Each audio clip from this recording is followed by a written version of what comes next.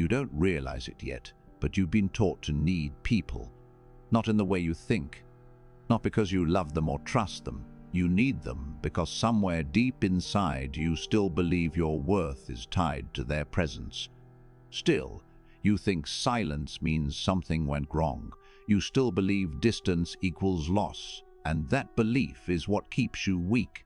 Your girlfriend texts you less than usual. You notice, you recheck your phone, you wait, then you ask if everything's okay. She says yes, but you don't believe her, so you ask again. You're not being loving, you're being anxious, and she can feel it. She doesn't pull away because she stopped caring. She pulls away because you became predictable, because you showed her that her attention controls your emotional state. You gave her control of your nervous system, and now she's bored with the channel. Your coworker ignores your message in the group chat. Everyone else responds. You see their replies stack up, but yours sits there unacknowledged. You refresh. You wonder if you said something wrong. You consider sending a follow-up. A joke could soften it. Maybe an apology for something you didn't even do. You don't realize what just happened. You accepted a frame. You allowed someone else's silence to become a verdict on your value. You stepped into their court, and now you're playing defense in a game you never agreed to. Your friend cancels plans at the last minute, again. You're annoyed, but you don't say anything. You tell yourself it's fine. You tell yourself maybe they're going through something, so you reschedule. You accommodate, you stay flexible, and they cancel again. But this time you still reach out first the following week, because you're afraid that if you don't, the friendship dies. What you don't see is that it already did. You're not maintaining a friendship, you're maintaining your own illusion that you're wanted, and that illusion costs you respect. Carl Jung understood something most people refuse to accept. Attachment is not connection. Attachment is dependence, and dependence is a form of psychological surrender. When you become emotionally attached to someone, you stop evaluating them. You stop questioning whether they deserve access to you. You stop filtering their behavior through your own standards. Instead, you start managing your emotions around their presence. You start interpreting their moods. You start adjusting your behavior to keep them comfortable. You become reactive, and reactivity is the language of the controlled. Jung called this projection. You project your need for stability onto another person. You make them the container for your inner peace. And the moment you do that, they own you. Not because they asked for it, but because you handed it to them. You gave them authority over your emotional state. And now, every time they go quiet, every time they seem distant, every time they pull back even slightly, your inner world destabilizes. You feel it in your chest. You feel it in your sleep. You feel it in the way you can't focus on anything else until they text you back. This is not love. This is not loyalty. This is not depth. This is weakness disguised as care. Most men operate from this place and never realize it. They think they're being good partners. They think they're being emotionally available. They think they're being present. But what they're actually doing is outsourcing their emotional regulation to someone else. They've made another person responsible for their inner stability. And the moment that person withdraws even slightly, the man collapses inward. He starts questioning himself. He starts seeking reassurance. He starts performing. And performance is the clearest signal that you've already lost a frame. You were trained for this. You were taught that closeness equals value. That being needed makes you essential. That emotional investment proves you care. But no one told you the truth. The truth is that the more you need someone, the less they respect you.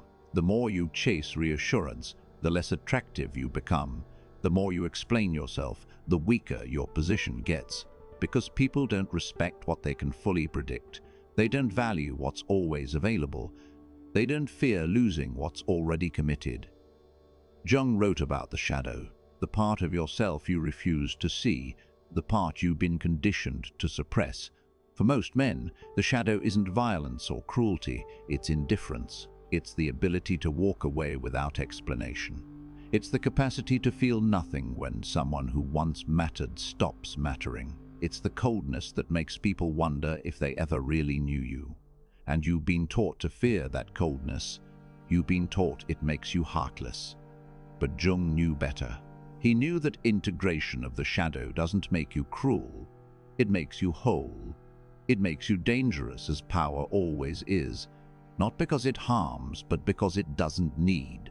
This script will show you 7 psychological reversals, 7 points where what you think creates connection actually creates control. 7 places where your instinct to hold on is precisely what pushes you further into weakness. Most of you won't finish this. You'll feel uncomfortable halfway through and leave. You'll tell yourself this doesn't apply to you. You'll convince yourself that your attachment is different. That's yours. And that's fine. This isn't for everyone. This is for the few who are tired of being managed by other people's moods.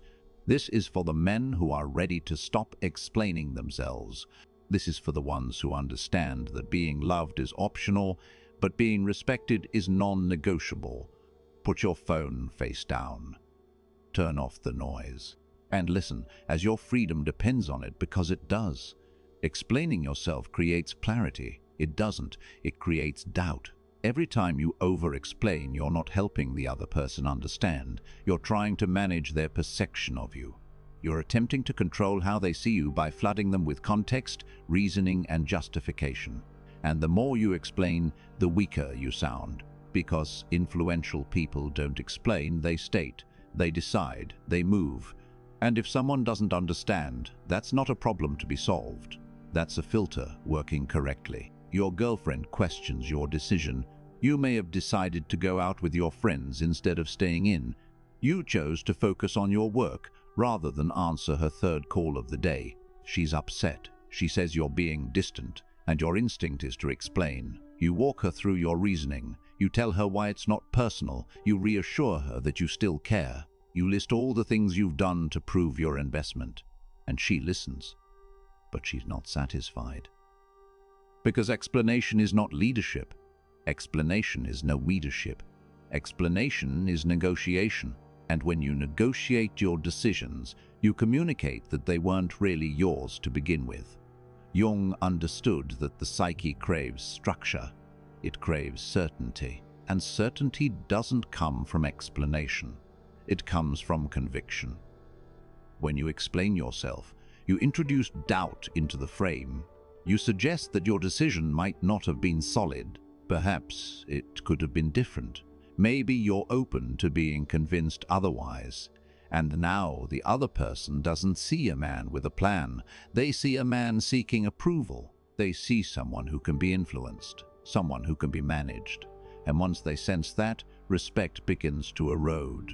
You don't owe people your reasoning. You don't owe them a breakdown of your internal process. You owe them consistency, clarity, and boundaries. That's it. When you start explaining why you did something, you've already stepped into their frame of reference. You've already accepted that they have the authority to evaluate you. You've positioned yourself as the defendant in a trial you never agreed to attend. And once you're in that position, no amount of explanation will acquit you, because the trial was never about truth. It was about power. You react when someone goes silent. You feel it immediately. The shift, the absence, the coldness, and your mind starts racing. You scroll back through the conversation, looking for what you said wrong. You replay the last interaction, trying to find the moment things changed. You check their social media to see if they're active, and when you see they are, it gets worse, because now you know they're not busy, they're just not responding to you. And that burns. So you send a follow-up, something light, something casual, just checking in, and they respond hours later with a brief reply. No energy, no continuation, just enough to keep you hovering, and you take it because you'd rather have breadcrumbs than nothing. This is where attachment becomes control. The moment you react to someone's silence, you've told them that their attention holds power over you. You've shown them that withdrawal creates anxiety in you. And now they know. They know that if they go quiet, you'll reach out. They know that if they pull back, you'll lean in. They know that your emotional state is tied to their behavior.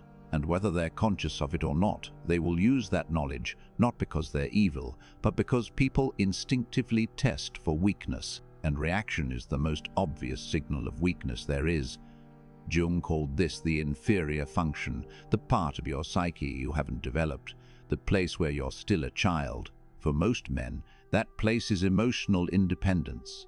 They've developed their competence, they've built their skills, they've created external value, but internally they're still the boy who needed his mother's approval.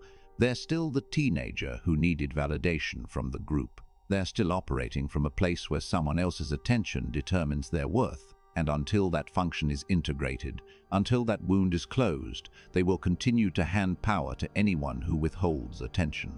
Silence is not rejection. Silence is information. It tells you where you stand without the noise of false politeness. It shows you who's interested and who's performing. It reveals who respects your time and who expects you to chase. But you've been conditioned to fear silence. You've been taught that it means something's wrong. You need to fix it, that you need to re-engage. And that conditioning keeps you weak, because the man who cannot sit in silence without anxiety is a man who will always be controlled by whoever's willing to withhold attention. You apologize for things you didn't do. She's upset. You're not sure why. But you know the mood shifted, and now there's tension. So you ask what's wrong. She says nothing. You ask again. She snaps. And suddenly you're apologizing. Not for something specific, just apologizing in general.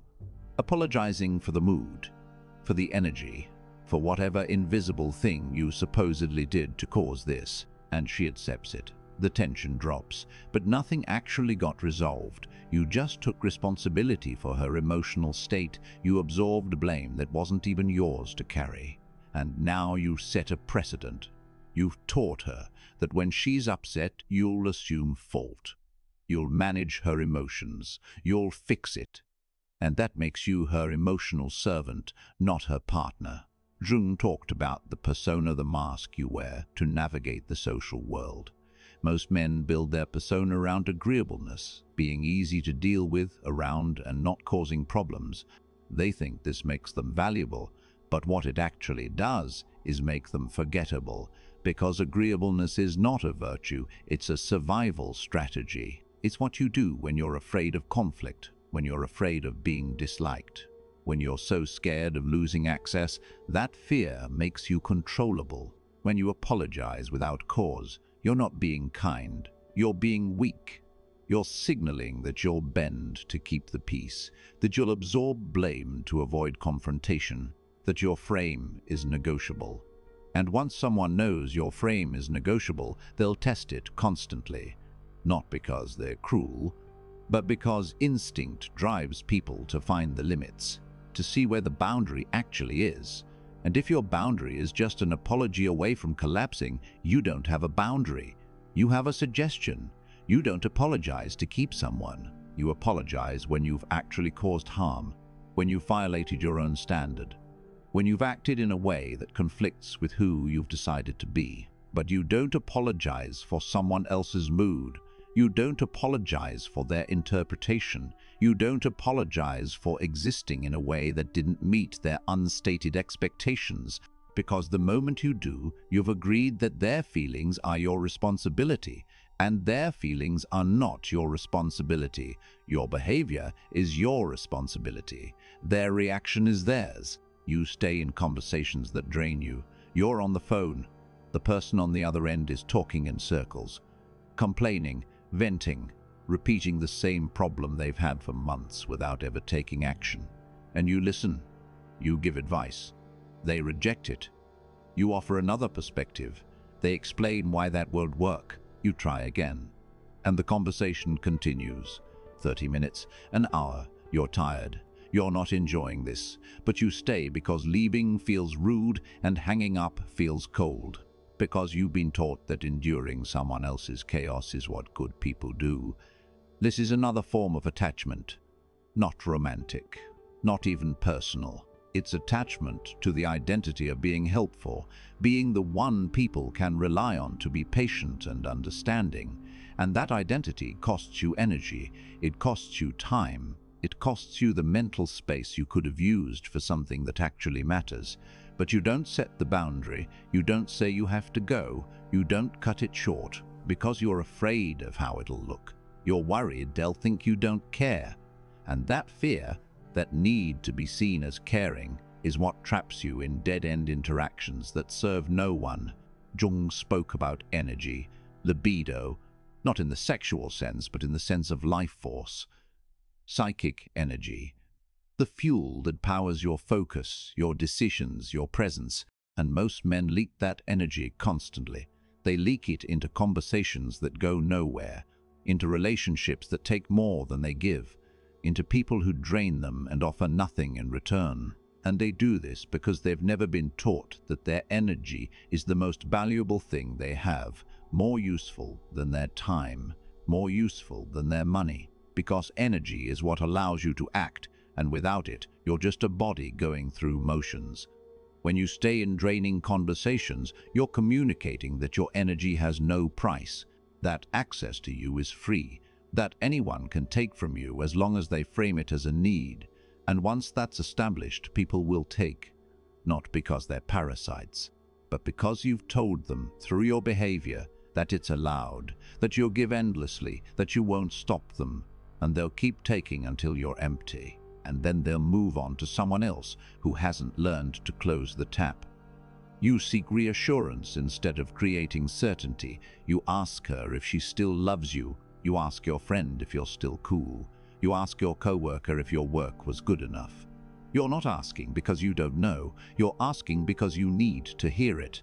You need the validation. You need the confirmation that you're still valued. And every time you ask, you lose a piece of respect. Because people don't respect uncertainty, they respect certainty. They respect the man who knows where he stands without needing to be told. The man who operates from his own internal scorecard, not from the fluctuating opinions of people around him. Jung wrote about individuation, the process of becoming whole, of integrating all parts of yourself, of no longer being split between who you are and who others need you to be. And reassurance-seeking is the opposite of individuation. It's fragmentation. It's outsourcing your sense of self to whoever's willing to complement you. It's building your identity on shifting ground. And the moment that ground shifts, and it always does, you collapse. When you seek reassurance, you're handing someone a lever. You're showing them that their words can move you, that their approval can stabilize you, their withdrawal can destabilize you. And once they have that lever, consciously or not, they'll use it. They'll withhold when they want something. They'll give when you comply. They'll train you the same way you'd train a dog, by controlling the reward. And you'll comply because you made their opinion more important than your own.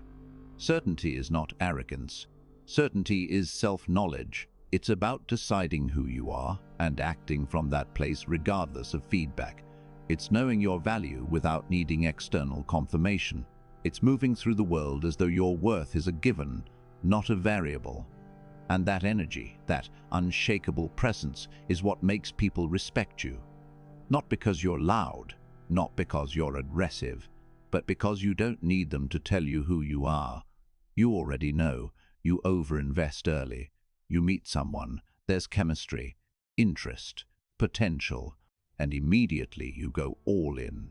You text constantly, you make yourself available, you prioritize them over everything else. You start planning future scenarios in your head. You imagine what this could become, and you act as though it's already there.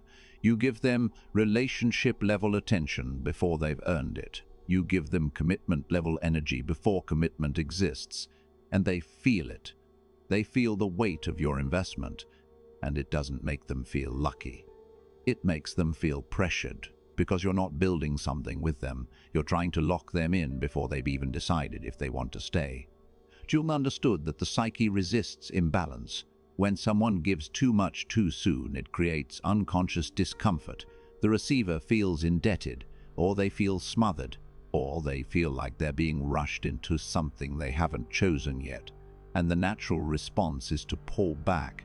Not because they don't like you, but because your energy is out of proportion to the reality of the connection. You're operating in the future while they're still in the present. And that mismatch creates tension. Over-investment is not generosity. It's anxiety. It's the fear that if you don't give everything now, they'll lose interest. It's the belief that your value is tied to how much you offer. It's the assumption that love or respect or connection is something you earn through effort. But that's not how attraction works. That's not how respect works. Respect is earned through boundaries, not availability. Attraction is maintained through tension, not comfort.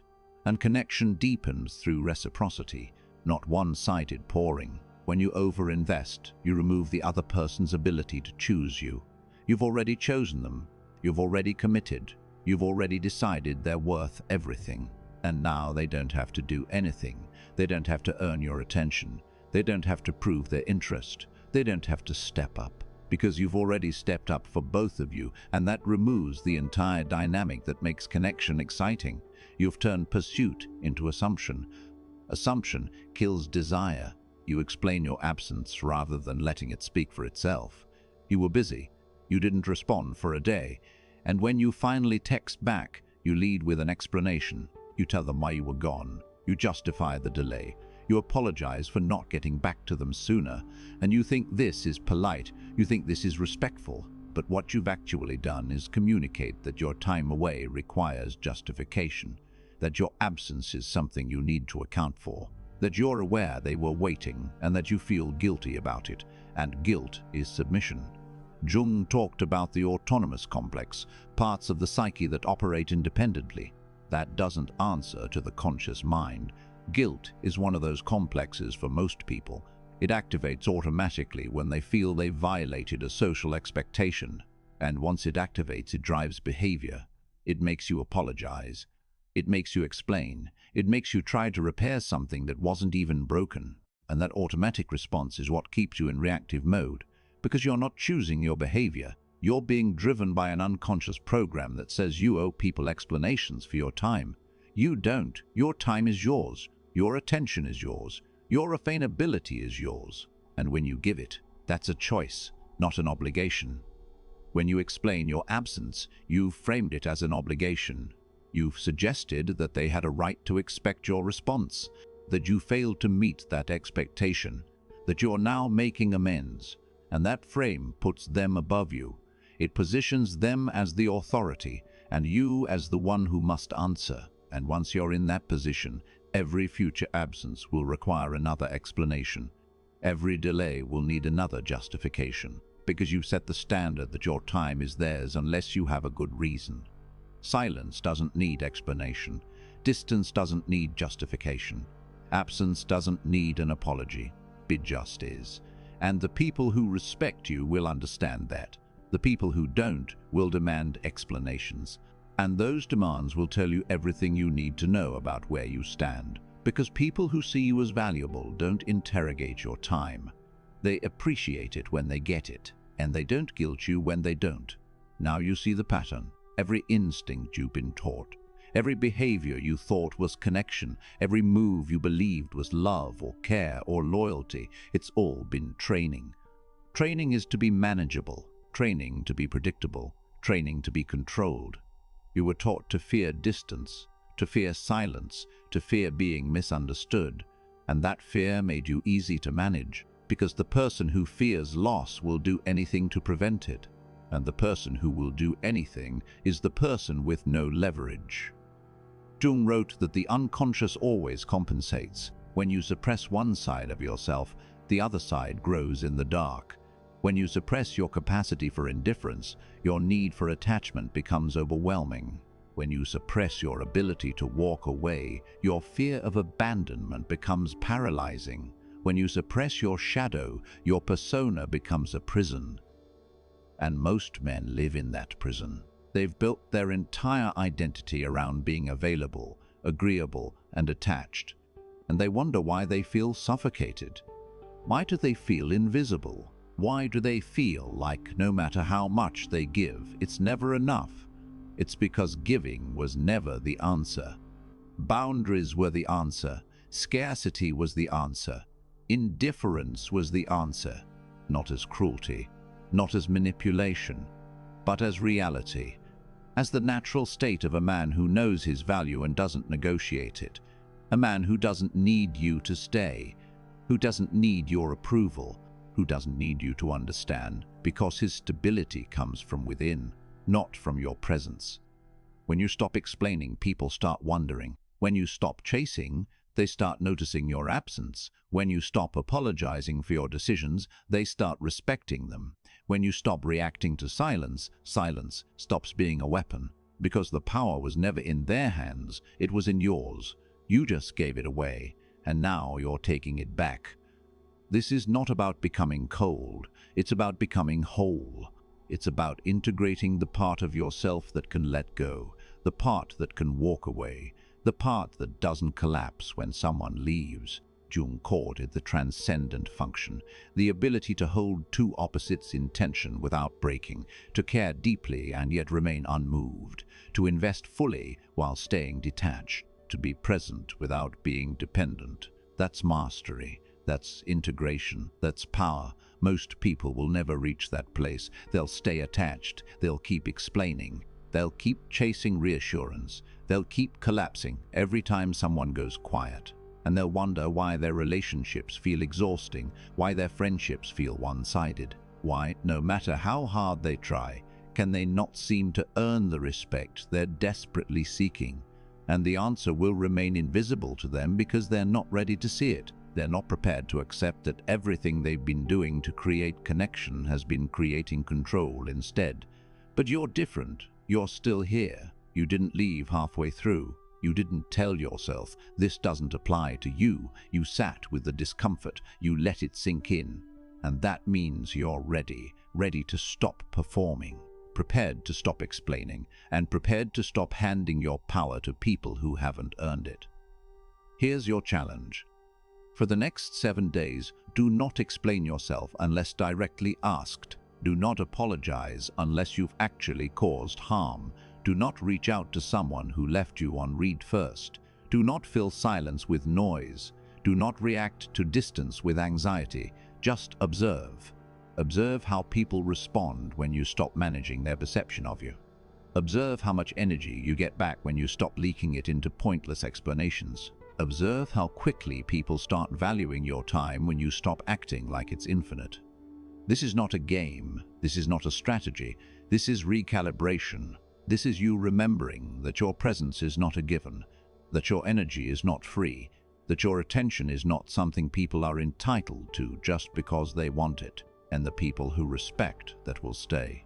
The people who don't will leave, and their leaving will be the greatest gift they ever give you because it clears space for those who see you correctly, the ones who don't need you to shrink, the ones who don't need you to explain, the ones who value you because you're valuable, not because you're convenient. If you found value in this, share it. Not because I need you to, but because someone in your circle is still trapped in the frame, someone still explaining themselves to people who don't respect them, someone still chasing reassurance from people who withhold it for control. And maybe this is what breaks them free. Perhaps this is the day their mindset shifts. If this hit you, write "I am the strategist" once in the comments, just to mark the day your mindset changed. You're not the man who needs any more. You're the man who chooses. You're not the man who chases. You're the man who evaluates. You're not the man who explains. You're the man who decides. And once you accept that, once you operate from that place, everything changes. Not because the world changed, but because you stopped letting the world define you. Stay sharp. Stay detached and stay in your frame.